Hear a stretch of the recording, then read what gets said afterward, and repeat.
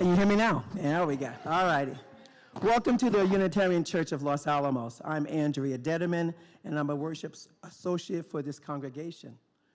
Our minister, Reverend John Cullinan, has today off, and I'm delighted to welcome Christine Robinson.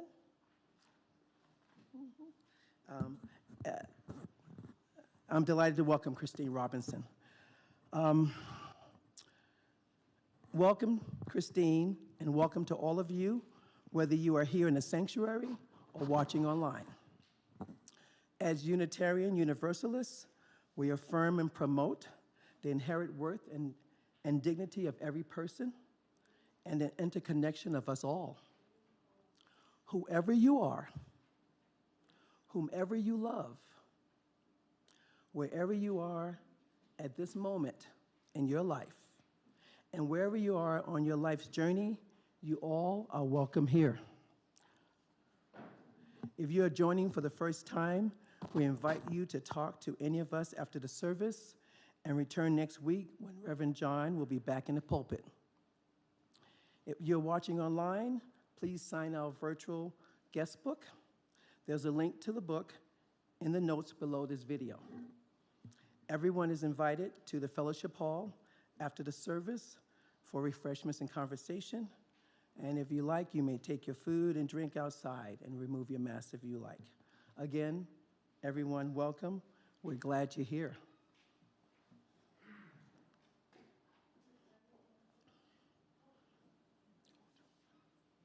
Let us worship now.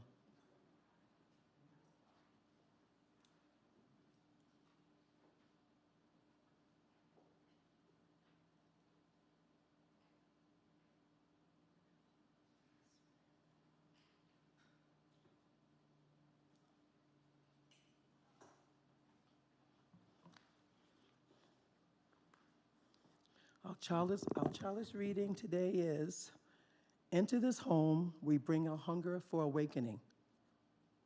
We bring compassionate hearts and a will towards justice.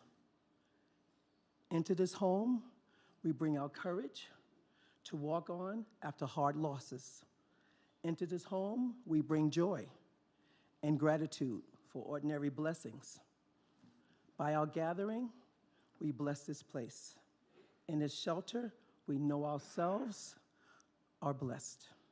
Let us open our hearts and minds to one another as we gather for worship on this beautiful morning." We now will have hymn 126.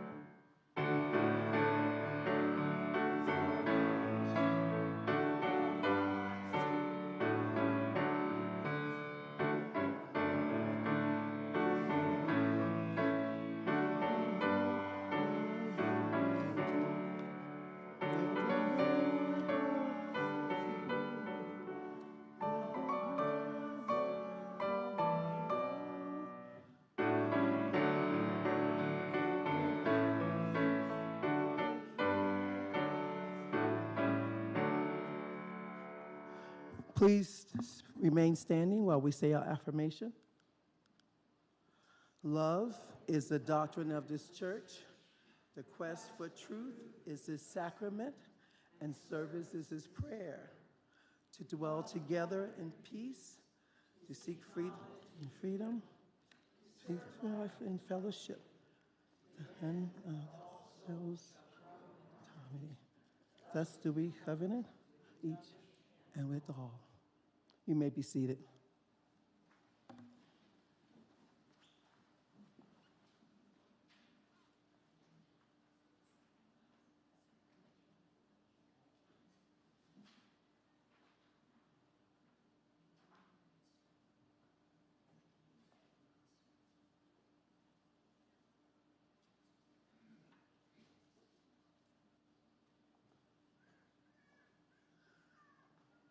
There were no candles lit for anyone special, so there's no words that have been written, so in our prayer, but today let us share a moment of silence as we reflect on our joys and sorrows, whether they're spoken aloud or held within us. I have lit a candle for Ukraine and for all of you.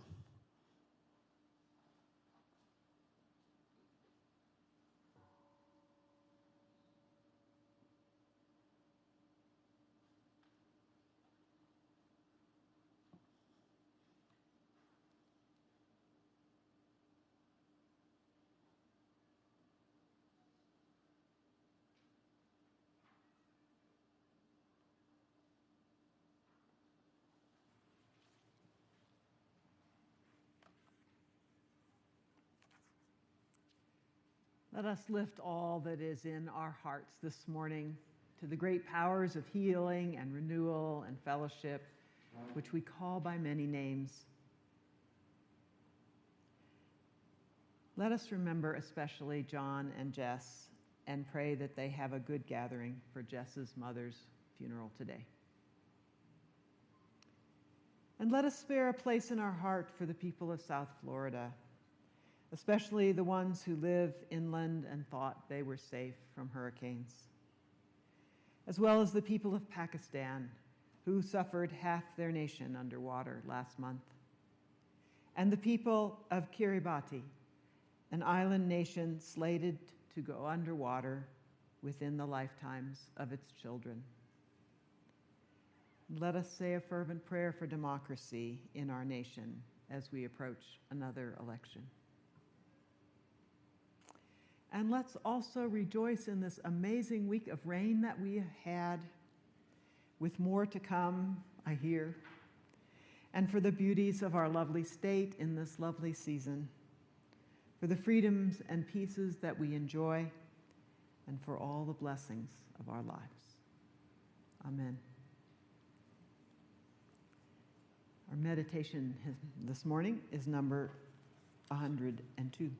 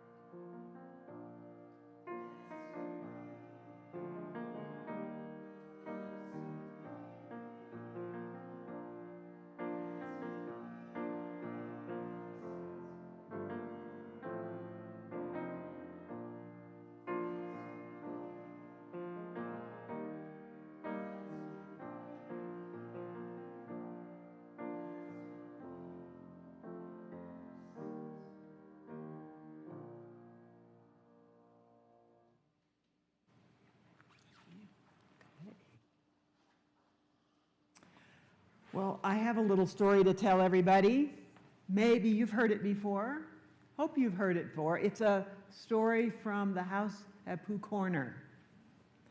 Everybody know who Pooh was? Winnie the Pooh? Okay, so you'll be able to picture this in your mind. So there was a time in which Pooh went visiting.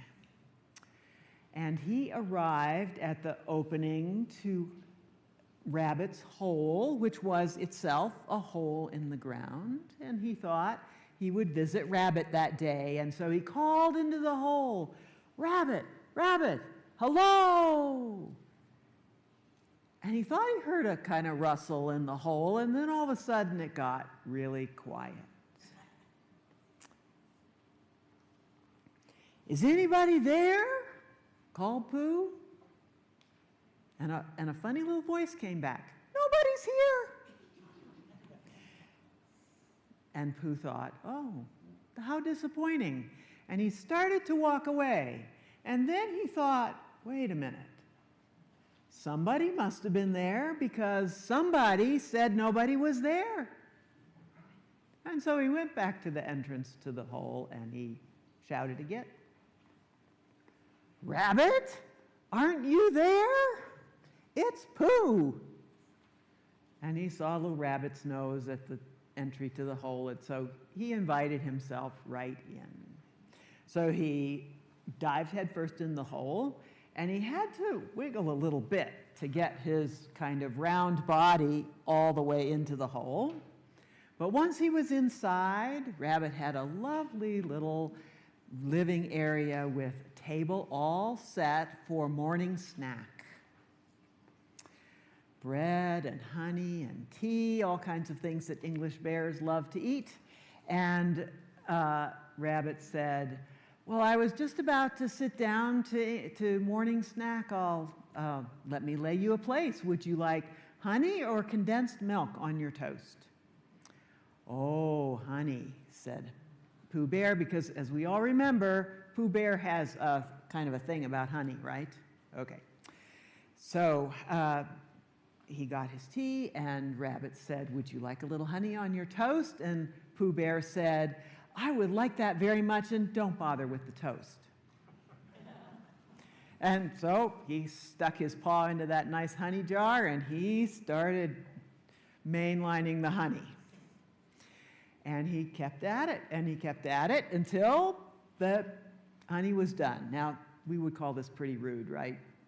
Pretty rude. But anyway, what can you say? He's just a bear.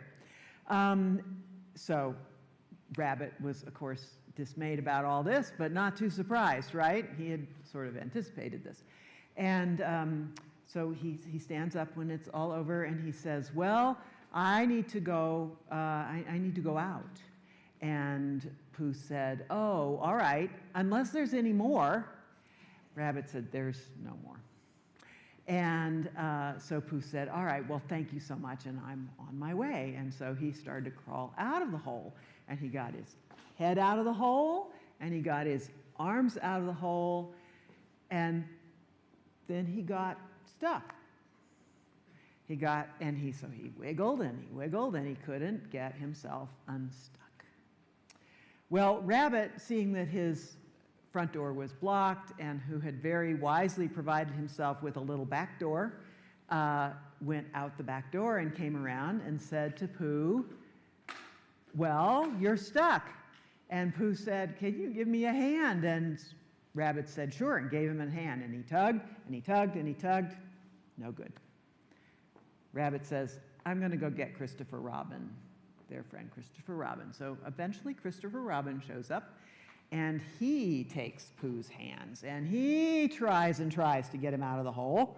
And then Rabbit backs him up, and then all Rabbit's friends and relations, and Rabbit has many friends and relations, they all got in a big line, and they tried to tug Pooh out of the hole, and he couldn't budge. And finally, Christopher Robin said, "I'm afraid you're going to have to stay here until your tummy gets smaller so that you can get out of this hole." "Oh," said Pooh, "how long do you think that's going to take?"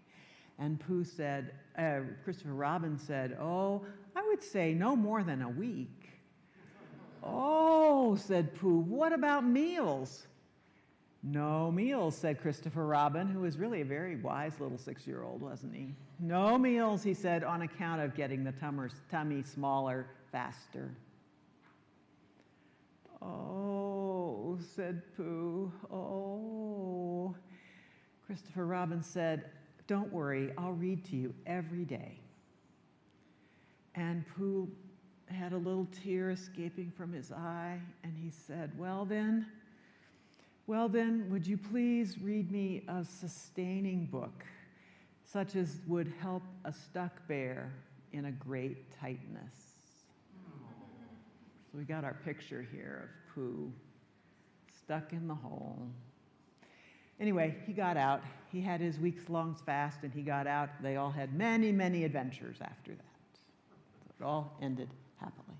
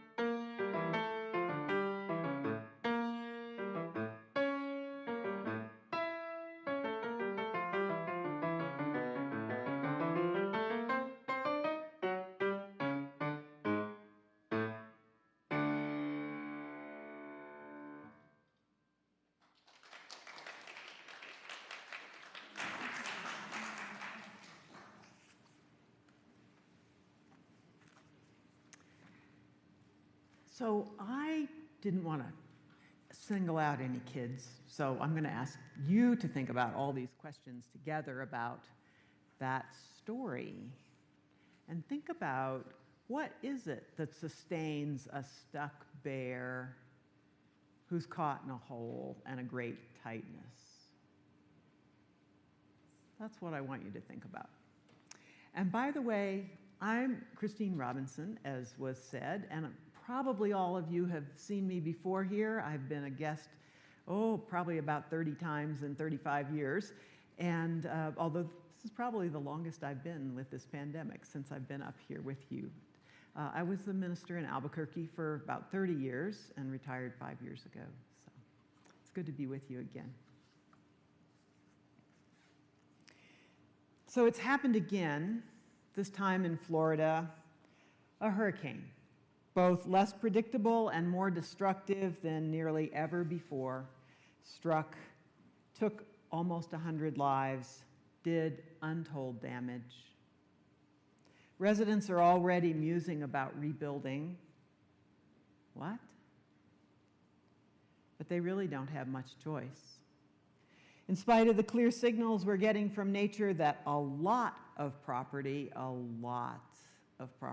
and even some entire nations will soon be underwater, nobody has even whispered about a fair way to deal with all that loss and displacement. Which makes a person glad they live in New Mexico, don't you think? Although actually, I would hope that the crisis we face could be dealt with in a way that honors the worth and dignity of lowlanders as well as mountain dwellers, of the poor as well as of the rich, of the developing worlds as well as the industrial one, which, after all, was the source of this impending disaster. But you can't even begin to divvy up the costs of justice until there's been widespread agreement that justice needs to be done, and we're not even seeing that right now. It's pretty depressing. Climate catastrophe is the epitome of a problem that humans are not well equipped to deal with. We whose brains evolved to deal with clear enemies like the saber-toothed tiger at the edge of our camp, to deal with time spans of a few years or maybe a generation, to care about communities of fewer than 100 people and spaces of just a few dozen square miles, we don't do well evolutionarily with slow-moving global disasters that impact billions and in which every single one of us, at least every single one of us in the industrial world, has contributed to. And democracy may not be the best form of government to come to that crisis either. A wise, compassionate, well-loved royal personage or dictator would probably do better at this point. They are, however, scarce, we've discovered. Anyway, our own democracy nearly came apart at the seams over COVID, which was, as social emergencies go, pretty modest and well-mannered. For myself, the most terrible part of COVID has been coming to terms with the fact that our democracy and our populace is not equipped to be a part of the solution to this global climate problem, and that it's not going to be possible, not anytime soon anyway, for our nation to pull it together and make the kind of sacrifices to solve a problem equitably as, say, the World War II generation did. You know, if we can't even agree to wear a mask during a raging pandemic, it's hard to imagine a populace that will agree to rationing food or travel or other social goods, to welcoming entire nations of immigrants and entire communities of lowlanders into our cozy cities and towns.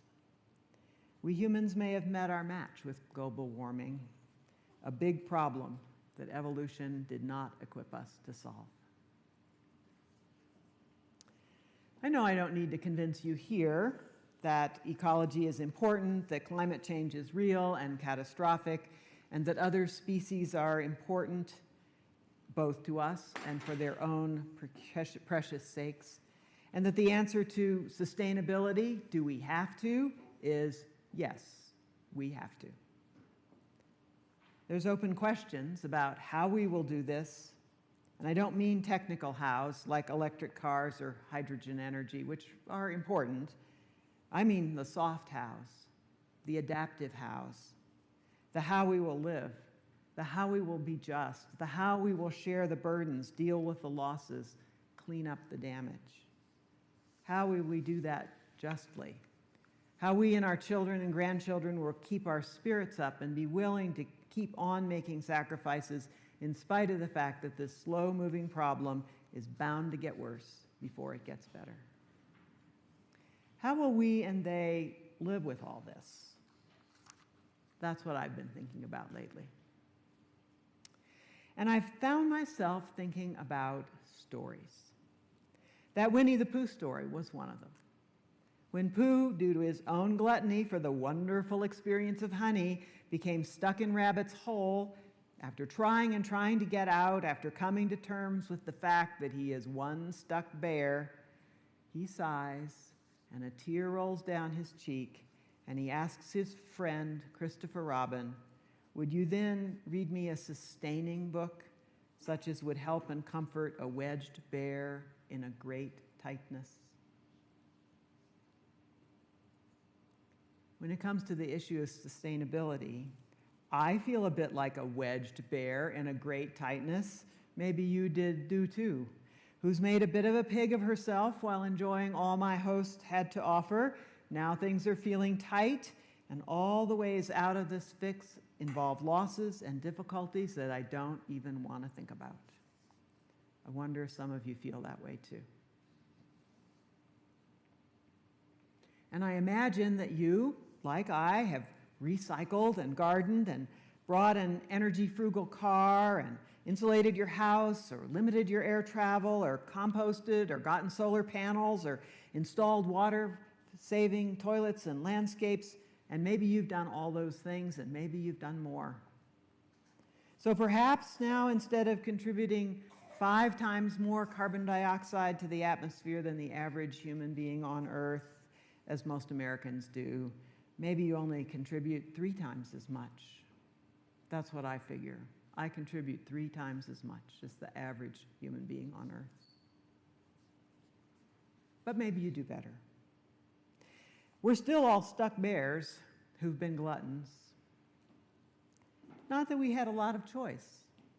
Just as nobody has begun to talk about how to deal justly with the impending migration of humanity away from lowlands and islands, with a fair distribution of the costs of flood and heat mitigation, so no one has anything like a reasonable blueprint for how Americans can live in this sustainably on this earth.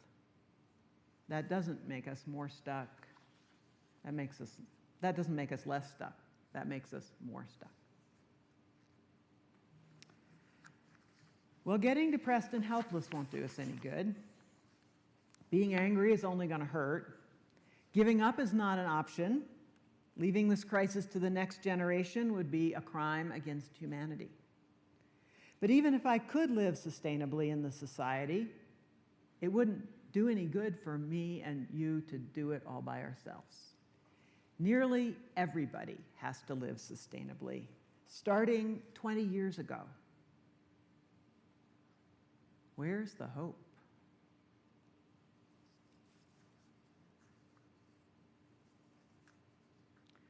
Sustainability, sustained, sustenance, those are big, deep words.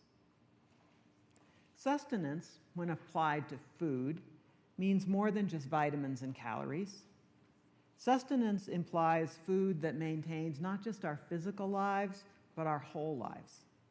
Food that tastes good, that actually nourishes our bodies, that was cooked and served with love, that's eaten in community. Mere calories don't really sustain us. Even piggy old Pooh understands this in the end. It's not honey that is the meaning of life. It's having a friend who will read to you while you recover from your stuckness, and who will read you the kind of sustaining book that will speak to the depth of your being and remind you of what really gives you life. Sustainability is an ethical matter of not taking more than one gives back, of living so that future generations have a means of life. It also means living a sustaining life, a life of real depth and warmth and purpose. These two matters are related, for without the sustaining values that education and art and love and community and faith give us, sustainability will never be a high value. If we've nothing truly sustaining in our lives, why would we forego any comfort or gratification or whim for others or for a future? So what does a stuck bear do? He fasts, and the more thoroughly he fasts, the sooner he is out of his predicament. But if that predicament was a matter of gluttonous use of the world's resources, the fasting is a very broad matter. It's going to last a long time. Will we endure it without throwing a fit or letting it get us down? Will we use our creativity to nurture our relationships and see amazing things without having to travel? Will we tax ourselves enough to make the kind of innovation and transition costs which will be suddenly necessary possible? Can we do this even though things keep getting harder? Can we do it in a way that sustains everybody and not just the rich? I'm not actually optimistic about this. I'm frankly hoping for miracles. Not the supernatural kind of miracles, but the human kind of miracles. And to fuel my hope, I look to stories. The stuck bear will no doubt scrabble a bit in the hole that he is stuck in. Who could resist trying to make the hole bigger rather than the tummy smaller? So we will scrabble also a bit in the hole we're stuck in. We will invent less environmentally damaging and more energy efficient things to make us comfortable. Those of us who are not engaged in doing that invention will have to be content with using our buying power to support those inventions. When we buy the most efficient appliances we can, even though we pay more upfront, we're not only being frugal, we're using our economic power, and all of us have quite a lot of it, to shape the market. When we only use those appliances when they're full or when we really need them, we're making important choices of lifestyle, and that says something to the world. These things are, in my opinion, not the ultimate answer, but they are certainly a part of the answer, not only for the world, but how we're going to live with ourselves in this stuck predicament.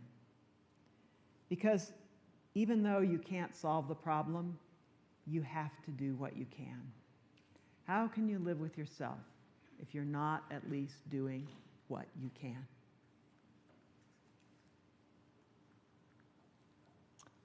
So the stuck bear will learn to enjoy the things that really sustain him, of which it turns out honey wasn't really one.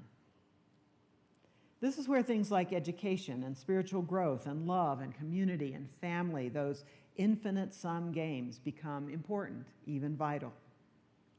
If it becomes impossibly expensive to drive across town to shop till you drop, one falls back on the sustaining pastimes of conversation, of learning, of meditation, of making music, of caring for those who are close by.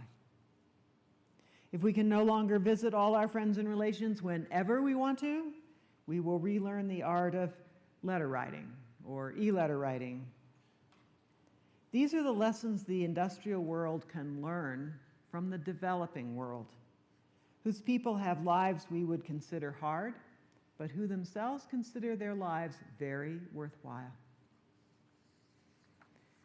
The development and the cherishing of sustaining values is not what will drive the development of more, is not only what will drive the development of more efficient technology, it's what it will keep us human and humane in the face of a crisis.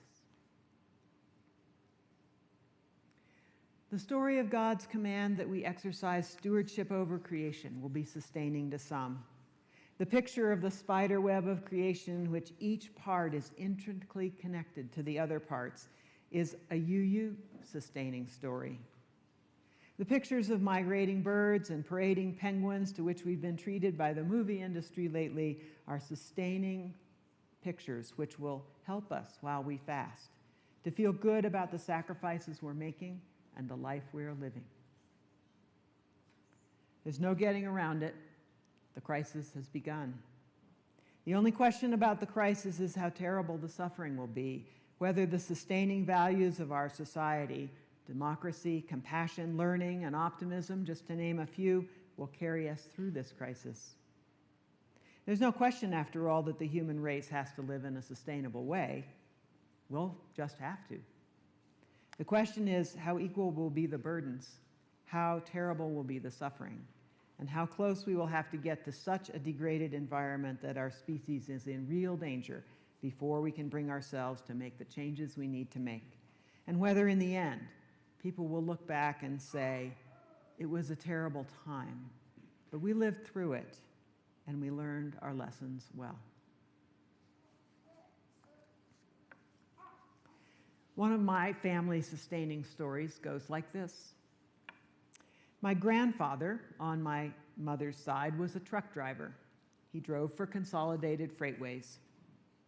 During that international crisis known as the Great Depression, the amount of work dropped off for all the freight lines, and the management of Consolidated Freightways gathered their drivers and outlined the problem to them. There was simply not enough work for all their drivers, and it was likely to get worse. So the management asked, would the drivers prefer that some drivers, the younger ones, the newer ones, the less skilled ones, be laid off so that the older and more established drivers could continue to work full-time? Or would the drivers prefer that every driver go to part-time? The drivers were given a vote, according to the story told in my family, and they voted for the latter. They voted for everybody to go part-time. My mother remembered the family belt-tightening when her father was given fewer hours of work. It was not an easy time, and it was not clear whether society would survive or whether prosperity would ever return. But they told that story with pride. The drivers chose to stick together and share the sacrifice of the hard times. They felt good about their choice. The event, the choice, the story gave meaning to their lives as they lived through that crisis. I heard the story a generation later, and we talked about it several times in my family because it fascinated me. It's one of the stories that makes me who I am. It is, for me, a sustaining story. Here's another one. COVID, for all its miseries, gave me a new sustaining story. The story of the vaccination rollout in New Mexico, a state which took seriously its duty to serve all its people by creating a way for every single person who wanted one to get a vaccination within just a couple of months. That's 2 million people, in a fair and ordered process in rich neighborhoods and poor neighborhoods and scattered neighborhoods and big cities, and in a process that favored not the rich and the medically secure, but the most vulnerable. Do you remember back to the late winter of 2021? Do you remember how eager, how desperate even we were for our turn to come? How we signed up on that website and waited and waited and waited, it seems. I don't know how it was in here, but in Albuquerque, when you got your coveted email invitation, you were assigned to a very large center where, no doubt, you anticipated long lines and bureaucratic difficulties. But in most places and on most days, instead, what you found was a miracle of government work, of interagency cooperation, good old American ingenuity, and a bunch of calm, turn-taking, good citizens who were cheerful, grateful, and helpful to each other. I know, because I volunteered in one of those large sites for 2 months. The logistics of parking and lines and crowd control and checking in had all been carefully planned by, wait for it, Albuquerque Parks and Recreation employees. When I expressed my amazement that they had figured all this out, it seemed to me like you'd need a college education in planning to have done such a thing. They just shrugged and said modestly that it wasn't that different from organizing a softball tournament. People have to park, they have to sign in, they have to get there, the grandma's wheelchair has to be accommodated. It's like, wow. Anyway,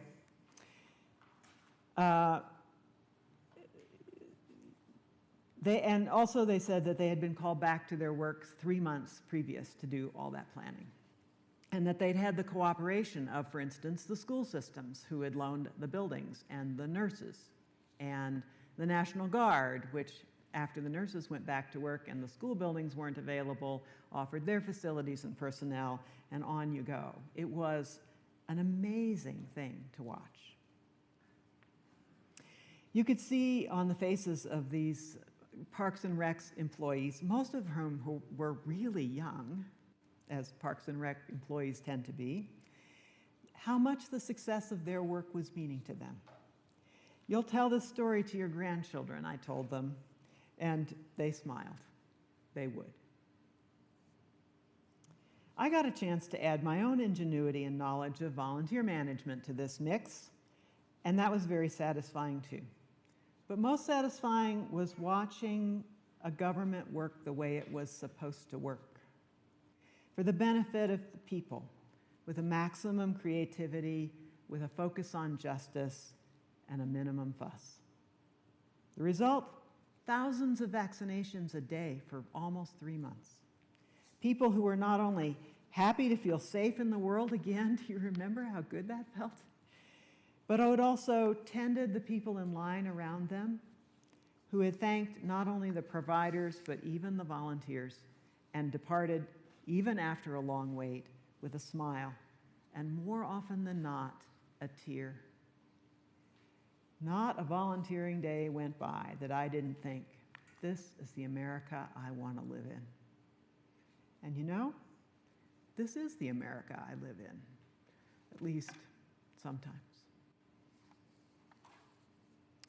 So I suppose that those stories, from Pooh to Consolidated Freightways to the Bonifacio Teacher Training Center / Max Vaccination Clinic, are some of the reasons that I actually do believe that the human race, advanced civilization, and love and joy and learning will make it through this crisis we are facing. For all the denial and the chaos and the suffering and the selfish positioning and the devil take the hindmost moral thinking that will also be a part of the picture. I believe that in the face of the need for a fast, we'll lose some weight, make the hole a little bit bigger, and discover what really sustains our lives. It's not trinkets or travel or fast food cars or gourmet food. It's love and learning and relationships. It's meaning and purpose. It's spiritual insight and hope. It's children. It's churches like yours. It's people like you, with stories you can tell each other and your children and your grandchildren that sustain.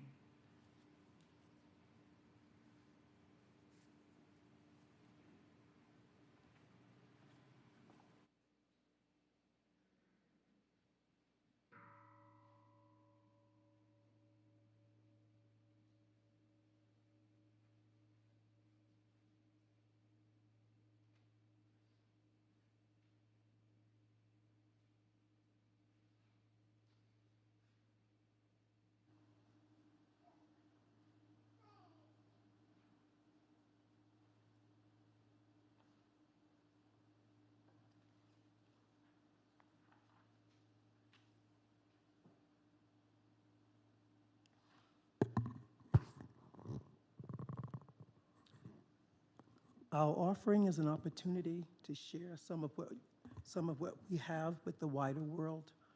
Our Share the Plate partner for this month is the Roadrunner Food Bank. 100% of it will be given to them. You can place cash or check in the basket as it passes, or you can place it in the offering box in the back by the door, or you can give by Givelify or givelify.com online. May the offering music lift your spirit, and may you give, and may what you give bring you joy.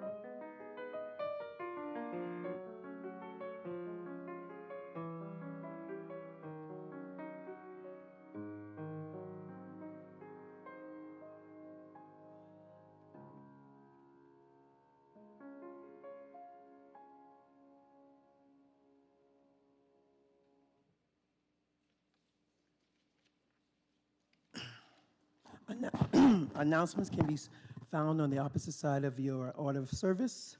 And before we conclude, are there any announcements for the betterment of the community? Okay, we're going to have a forum today, 15 minutes after we adjourn from our service.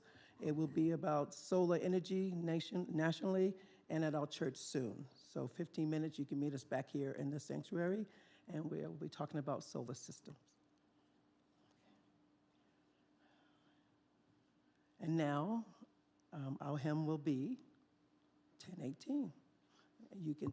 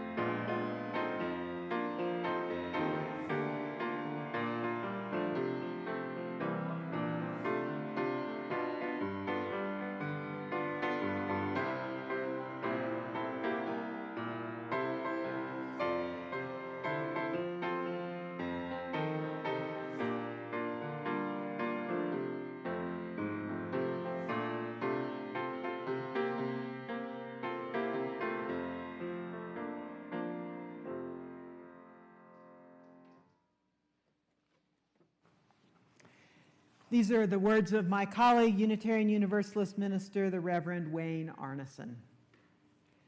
Take courage, friends. The way is often hard, the path is never clear, and the stakes are very high. Take courage, though, for deep down there is another truth. You are not alone. Go in peace.